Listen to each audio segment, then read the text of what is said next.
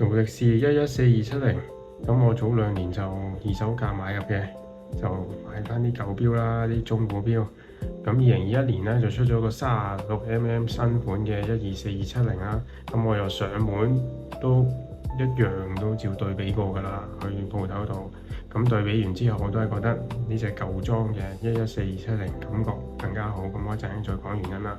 咁呢條片又唔係專業評測嚟嘅，純粹個人記錄同埋自己嘅交噏啫，係啦。咁如果想聽專業評測或者有啲咩講錯想鬧嘅，咁就評論區都開㗎啦，歡迎啊！香港就言論自由嘅，冇所謂。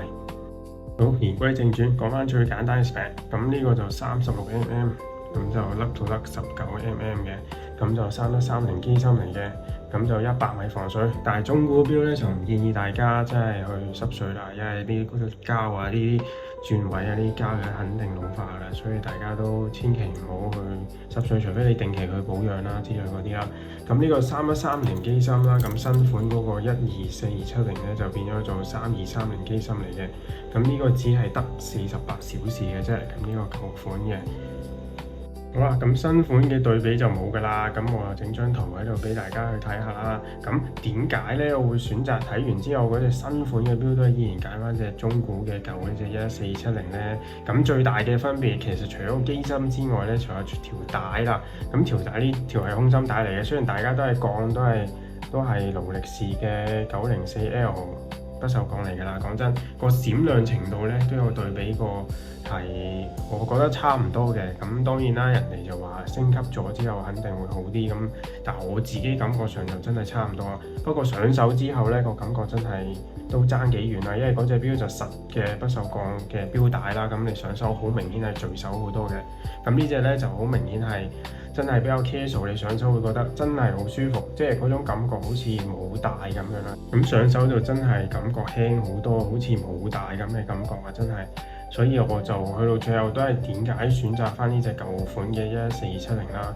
咁同時點解會睇呢隻咁樣嘅36嘅 Explorer 咧？咁其實我諗應該好多去睇呢隻錶嘅時候都會留意到，就一定係木村拓哉嘅劇集啦。咁我都一樣啦。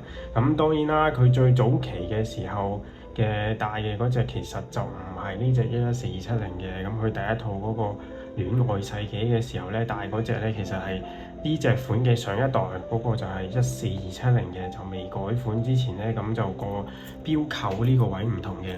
但係咧其實木村拓哉都有戴過呢隻114-270嘅，咁嗰套劇咧就係叫做 Heroes 咁啊，第二季咧，咁佢應該係2014-2015年嘅時候拍嘅。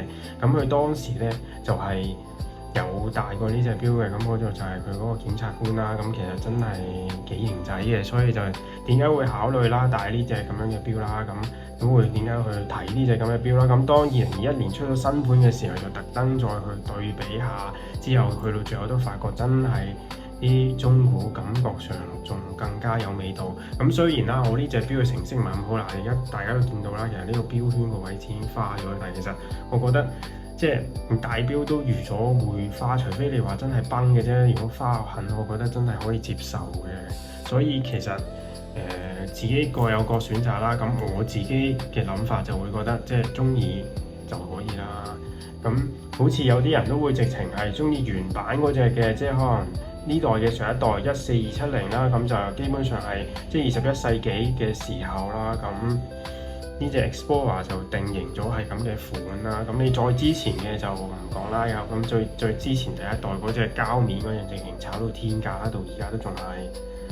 好，咁最後都同講埋啦。咁中間就有兩代，即係呢個114-270同124-270中間咧，其實都仲有兩代款嘅，就係 Explorer 1嘅一代同二代啦。咁嗰個就係39mm，跟住亦都出過40mm嘅。咁點解嗰啲又唔買咧？真係36mm 真係幾啱亞洲人嘅手嘅 size。咁我手都唔係大啊，都係16.5左右啦。咁都係偏細啊，都係亞洲型咁。所以其實去到最後試過39mm 甚至40，其實真係太大啦，覺得好漏爆啊！即係都係唔夠36mm望上去，真係非常之貼手，加埋真係又輕巧，真係一絕啦！真係你平時去邊，就算真係做運動啊，你都冇乜所謂嘅，就算跑步都可以啊，游水就唔好啦，真係冇濕水啦。咁真係感覺非常之輕巧，感覺非常之舒服，所以就分享俾大家啦，即係大家都記錄翻買錶究竟係乜嘢感覺，我都係想分享翻即係自己買嘅時候嗰種喜悅啦，跟住就記錄翻。有咩就評論區都可以講啊，正面負面乜都得。